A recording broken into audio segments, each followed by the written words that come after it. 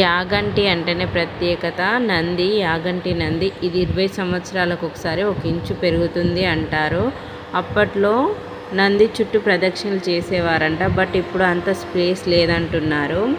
ఇంకోటి ఏంటి ప్రత్యేకత అంటే ఇక్కడ శివలింగం కాకుండా ఉమామహేశ్వరుల విగ్రహాలు రాయి మీద చెక్కి ఉంటాయి అన్నట్టు. శివపార్వతుల విగ్రహాలు చెక్కి ఉంటాయి. ఇక్కడ కొండ నుంచి వాటర్ వస్తూనే ఉంటాయంట. ఎండాకాలంలో కూడా వాటర్ ఎండిపోవంట, ఎప్పటికీ ఫ్లోలో వస్తూనే ఉంటాయంట. ఇంకోటి యాగంటిలో అసలు కాకులు కనపడవని ఇక్కడ ప్రజలు చెప్తున్నారు. నేను ఫస్ట్ చెప్పాను కదా శివపార్వతుల విగ్రహాలు చెక్కుంటాయని. అవి ఒకే రాయి పైన శివుడు పార్వతి విగ్రహాలు చెక్కుంటారు. మన దర్శనం ఇద్దరు ఒకటే రూపంలో కనబడతారు అన్నట్టు. మీకు యాగంటి ఉమామహేశ్వర స్టోరీ తెలిస్తే నాకు కామెంట్ చేయండి.